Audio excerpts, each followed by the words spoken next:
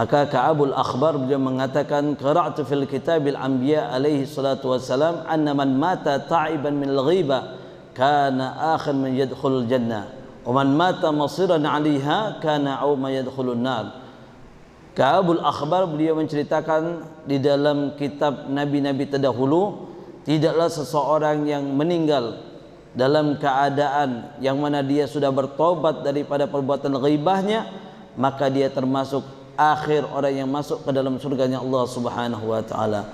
Dan ketika seseorang yang meninggal masih dalam keadaan perbuatan ghibahnya, maka dia pertama kali yang akan dimasukkan oleh Allah Subhanahu wa taala ke dalam api nerakanya Allah Subhanahu wa taala. Nauzubillah min dzalik.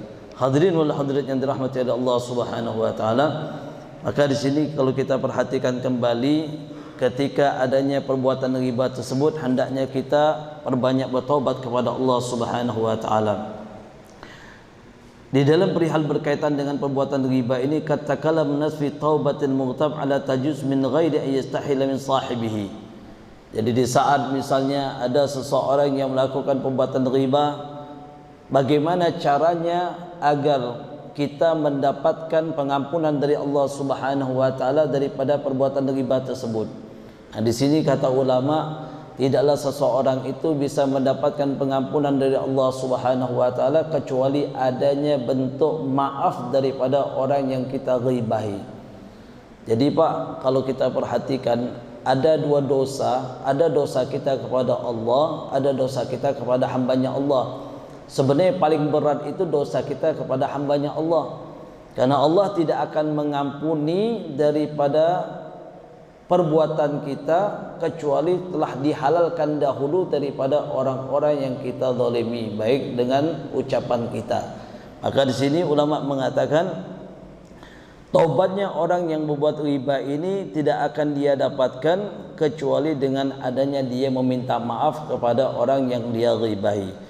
Memang ada sebagian pendapat ulama bahwa sungguhnya bisa saja dia mendapatkan maaf dari Allah Subhanahu wa taala tanpa dia datang kepada orang yang dia ghibahi, kalau dia benar-benar memohon kepada Allah minta ampun dengan perbuatan tersebut. Dan di sini dikatakan di dalam satu riwayat, wa huwa indana Asy-Syaikh Liyabillas Nasr bin Muhammad bin Ibrahim Al-Samankadi, beliau mengatakan, untuk pendapat saya, beliau mengatakan, dan pendapatnya beliau ada dua hal. Idza kana dzalikal qaul qad balagha ila alladhi aghtab fatubahu ayastakhila minhu. Jikalau ucapan yang kita ucapkan berkaitan dengan kita meribahi seseorang, nah beliau mengatakan pendapat pertama, bahwasanya kalau ucapan kita ini telah sampai ke telinganya orang tersebut.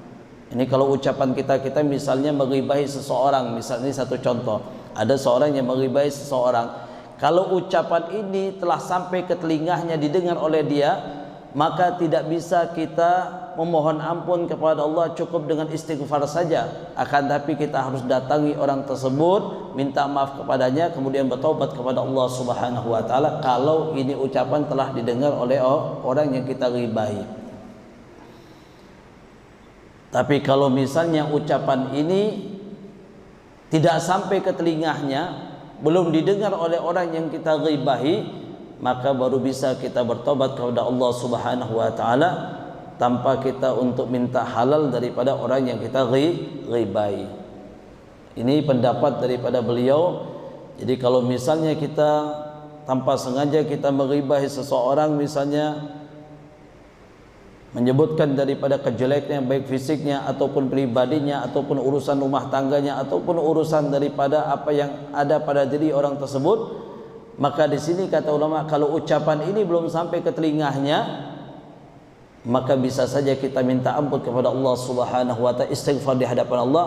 Allah akan menghalalkan daripada perbuatan tersebut dan Allah akan maafkan daripada perbuatan kita. Tapi kalau ucapan ini kata ulama telah didengar oleh orang tersebut dan dia tahu kita yang meribahinya, maka tidaklah kita bisa mendapatkan pengampunan dari Allah kecuali kita datang memohon maaf kepada orang tersebut, baru kita bertaubat kepada Allah Subhanahu wa taala, baru Allah akan menerima daripada maafnya kita.